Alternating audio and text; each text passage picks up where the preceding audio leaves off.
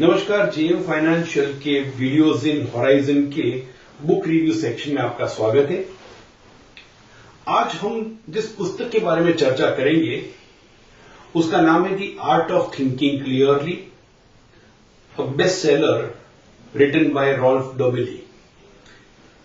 ये जो पुस्तक है, ये जो किताब है, ये सोचने के बारे में हमें बताती है, लेकिन टाइटल जिस तरह से लिखा गया है आर्ट ऑफ थिंकिंग क्लियरली, ये किताब एक्चुअली हमको ये बताती है कि हम सोचते कैसे हैं।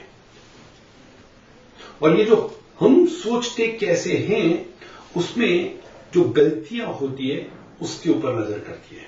अलग अलग प्रकार की 99 परिस्थितियों के बारे में चर्चा की गई है। ज्यादातर हमारी सोच के बारे में, हमारी निर्णय लेने की क्षमता के बारे में बात करी गई है, लेकिन 99 का आंकड़ा जो है उसमें भी रॉल्फ लिख रहा है कि शायद सबके सब परिस्थितियां उसने कवर नहीं की है, इससे ज्यादा संभावनाएं हैं।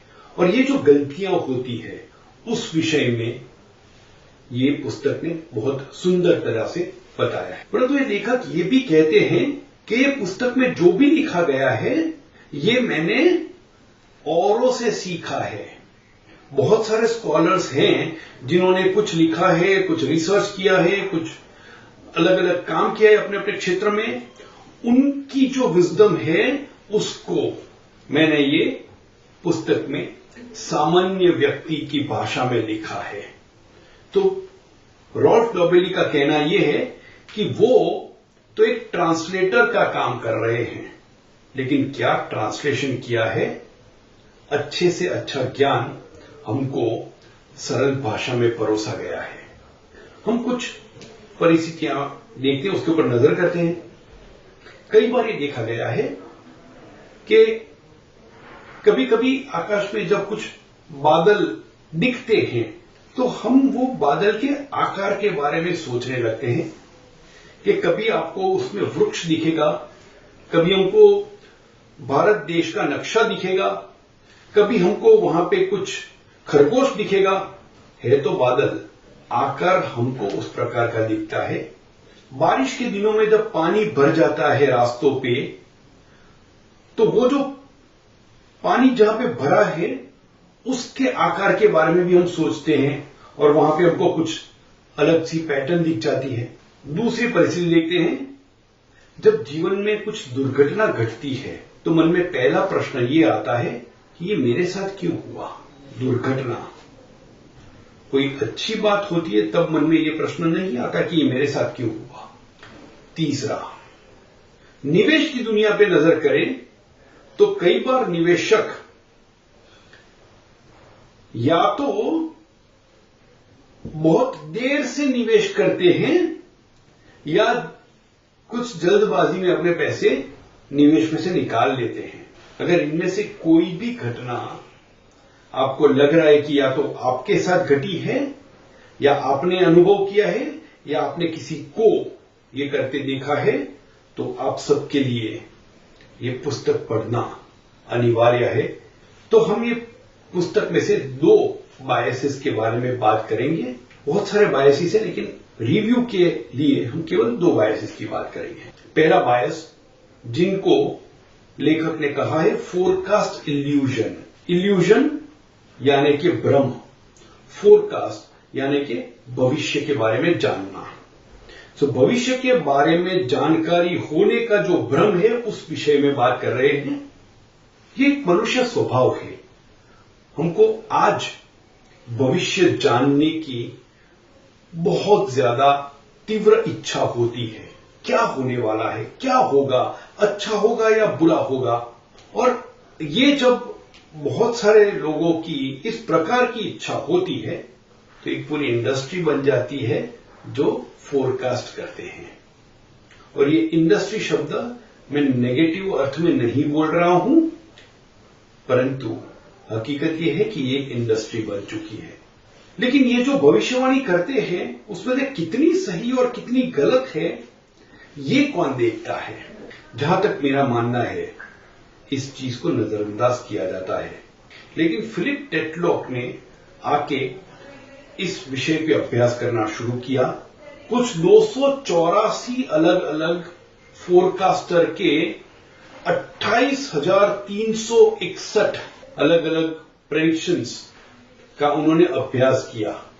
ये अभ्यास का परिणाम ये निकला, एक्सपर्ट्स थे, उनके फोरकास्ट अगर किसी रैंडम मशीन को कुछ भी फोरकास्ट करने बोल दिया होता तो उससे थोड़ा सा ही ज्यादा अच्छा उनका ट्रैक रिकॉर्ड था एक्सपर्ट्स का। रैंडमली आप कोई भी नंबर दे दो, 100 लोगों को, 1000 लोगों को बोलो कि कुछ नंबर पकड़ो, तो उनका जो परिणाम आएगा उससे एक्सपर्ट्स थोड़े ही ज्यादा अच्छे थे। तो एक्सपर्टीज का कोई फायदा नहीं हुआ। उसमें भी जो मीडिया में ज्यादा आते थे, टेलीविजन हो, न्यूज़पेपर हो, कहीं पे भी हो, जो मास मीडिया में ज्यादा जिनकी प्रेजेंस रहती थी, वो एक्सपर्ट्स का ट्रैक रिकॉर्ड खराब रहा। और जो ज्यादातर नेगेटिव प्रेडिक्शन करते थे उनका और भी खराब रहा। लेकिन एक मजे की बात ये निकल के आई ये अभ्यास में से, सामान्यतः हम ये सोचते हैं कि कोई भी क्षेत्र में जिनका परफॉर्मेंस अच्छा हो उनकी पॉपुलैरिटी अच्छी बनती है। लेकिन फोरकास्टिंग की दुनिया में एक बहुत ही इंटरेस्टिंग चीज बनी, जो ज्यादा पॉपुलर थे उनका परफॉर्मेंस सबसे खराब था।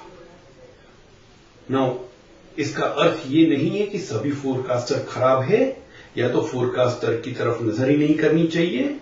आप अपने फोरकास्टर या तो किसको फॉलो करना है वो पता करने में सावधानी रखें। दूसरा बायस जो रॉल्फ डॉबिली ने बात करी वो है डोमेन डिपेंडेंस, कि आप एक क्षेत्र के निष्णात है उसका अर्थ ये नहीं बनता कि आप दूसरे क्षेत्र में भी एक्सपर्ट होंगे। जब आप मैथमेटिक्स के प्रोफेसर को बायोलॉजी का प्रश्न पूछेंगे तो मैथमेटिक्स में कितने ही अच्छे हो, बायोलॉजी के प्रश्न वो उत्तर नहीं दे पाएंगे। एक्सपर्टीज एक जगह पे है उसका अर्थ ये नहीं कि दूसरी जगह पे भी एक्सपर्टीज हो। रॉल्फ ने अपने एक मित्र का उदाहरण दिया है, और ये जो मित्र है उनको एडवेंचर स्पोर्ट्स का शौक है।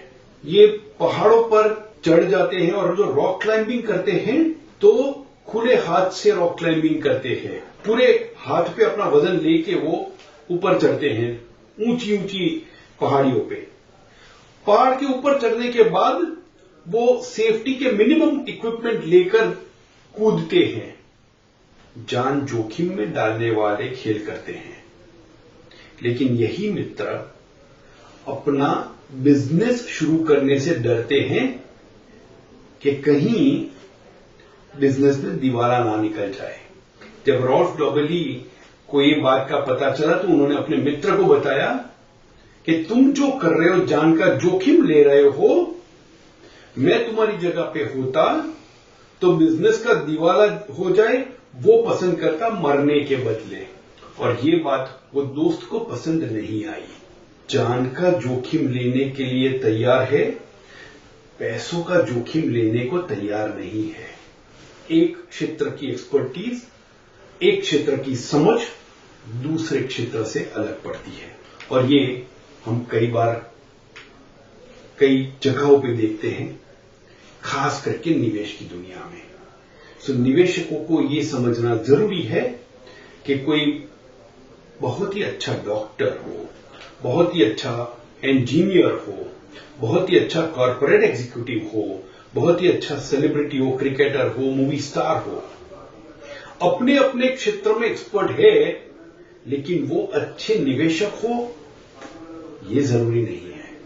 तो ये पुस्तक का एक बहुत ही महत्व का उद्देश्य ये है कि अगर आप ये बायसेस को नजरअंदाज करेंगे तो पैसे के मैनेजमेंट में या निवेश में बहुत बड़ी गलतियां होने की संभावनाएं बहुत बढ़ जाती है। पुस्तक में कुल मिला के 99 अलग अलग परिस्थितियां, अलग अलग बायसेस की बात करी है।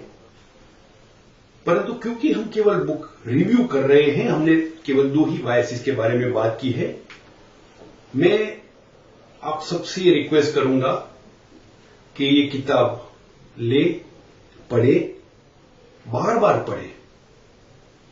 मेरा मानना है आप जितनी बार पढ़ेंगे हर बार आपको कुछ नया ज्ञान मिलेगा। Thank you very much. Mutual fund निवेश बाजार जोखिमों के अधीन है। योजना से जुड़े सभी दस्तावेजों को ध्यान से पढ़ें।